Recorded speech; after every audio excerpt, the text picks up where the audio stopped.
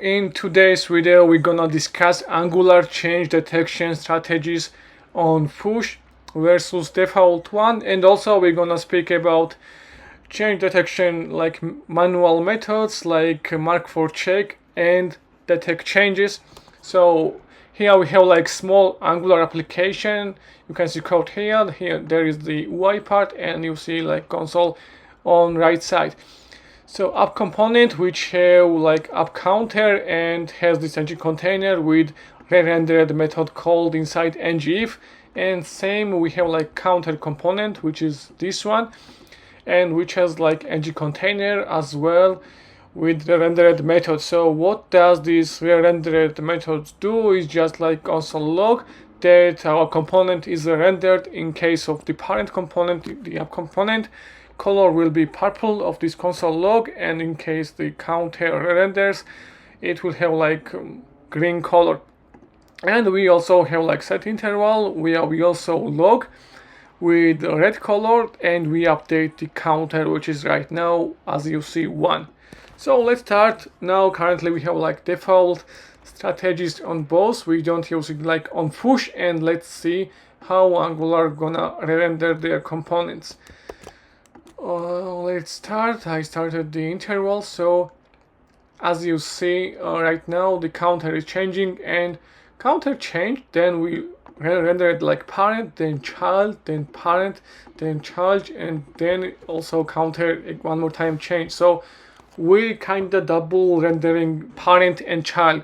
Why this is happening? Because when we are using like change detection on default mode, Angular starts to detect changes from the root component. In this case, like parent component is the app component. So first after count change, first like parent rendering, then it counts like child to rendering, and when Angular goes into child, it sees that child must be rendered, and it again one more time updates the parent component, which again causing child component to update. So, and this is not like desired behavior what we want, how it should work, and it's kind of very bad with like performance. We don't want to re-render components twice because input change only in counter.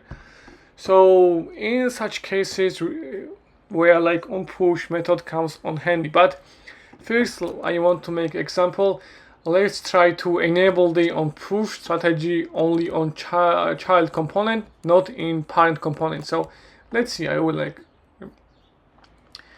and now we see that we have again like twice the rendering. Parent still renders, because you notice that what I mentioned, that in default mode parent is a renders, then it goes to child is on push, so child won't be updating, but still set interval makes parent to render again because it's using like default behavior. So set interval on the child also triggers its re-rendering one more time. But you notice that our child component does not render because we have on push, and if we are using on push, component will only render if one of these cases gonna happen: when input change, when it receives an event, when we manually trigger markForCheck or detectChanges, or Angular trigger change detection due to asynchronous operations or other zone related events. Only when change detection is triggered. So that's why counter, like, we don't update, Angular does not update. Why? Because we don't push. It thinks that there is like no change because any of these criteria, none of these criteria is succeed. So that's why we don't update anything.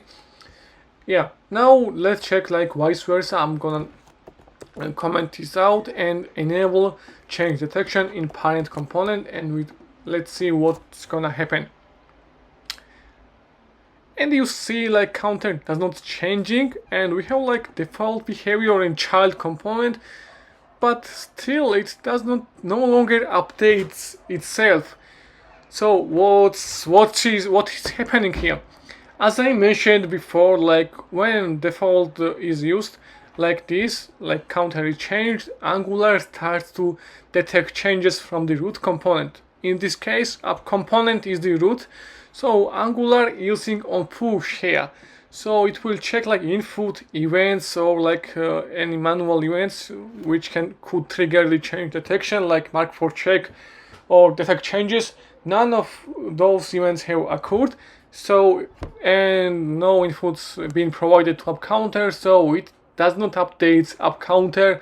It stops here, like nothing needed to be rendered. So, kind of parent component able to stop like why update, and we don't update counter here. But it's not our desire. We want to counter to be updated anyway. So now I will make this OnPush enable in both component. So still like counter gonna change only, and good practice is to have like OnPush. I think if you have a big application in our component, it's better to use OnPush mechanism to avoid these unneeded renders and performance issues in your applications.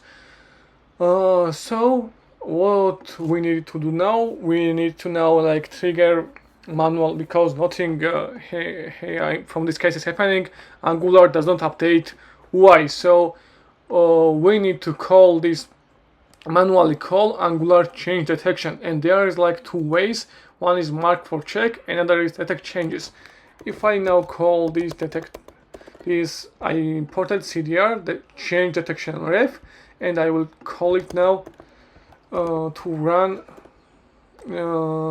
detectChanges. So I'm gonna now manually trigger detectChanges in this component, and let's see what's gonna happen.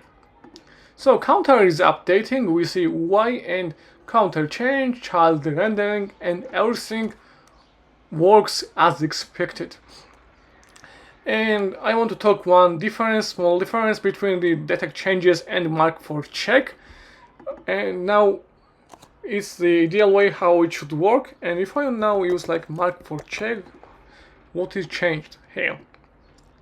If I use markForCheck, you notice that parent is re-rendering as well. So markForCheck kinda marks ancestors like parent components as dirty during the next change detection run, and it like manually triggers it at some point, and you see parent is rendering as well.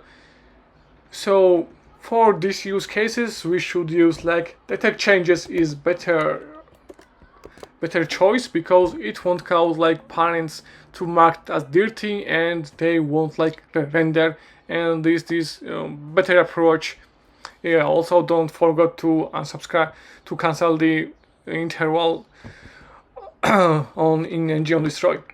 So that was it. It was not a deep dive, but it was like small comparison between Angular change detection mechanisms, and I mentioned difference between detectChanges and markForCheck to manual trigger Angular change detection. Thanks for watching, and for any suggestions I'm open. Please write comment and please subscribe my YouTube channel, and yeah, see you again.